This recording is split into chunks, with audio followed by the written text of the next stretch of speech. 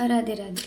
तुम्हाला पण भगवद्गीता वाचायची आहे आणि समजत नाही तर काय करायचं ना, तर माझ्याकडे त्यासाठी 3 टिप्स आहेत. जसं म्हणतात ना, इंद्रिय आणि मनोबुद्धी.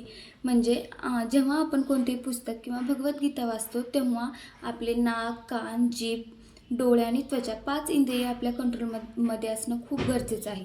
दुसरं म्हणजे मन. मन म्हणणारच ना, इधर चला मैं उधर चला. तर मन खूप चंचल आहे, तर त्याला कंट्रोल करणं खूप गरजेचं आहे. आणि तिसरं म्हणजे आपल्याला भगवद्गीता खूप सोप्या पद्धतीने समजून घ्यायचं आहे आणि तसंच आपल्या रिअल लाईफमध्ये कनेक्ट करायचं असेल तर अर्जुनच्या जागी आपण स्वतःला ठेवून बघायचं. अर्जुनचे जे प्रॉब्लेम म्हणजे श्लोक, त्या ठिकाणी आपले प्रॉब्लेम ठेवून बघायचं आणि जे श्रीकृष्ण अर्जुनला ॲन्सर देतात त्या ॲन्सरमध्ये आपले ॲन्सर शोधायचा प्रयत्न करायचा. तर भगवद्गीता खूप चांगल्या पद्धतीने समजेल. आणि जर टाईम नसेल तर मला फॉलो करा. मी लवकरच भगवद्गीता 1 डे 1 श्लोक सुरू करणार.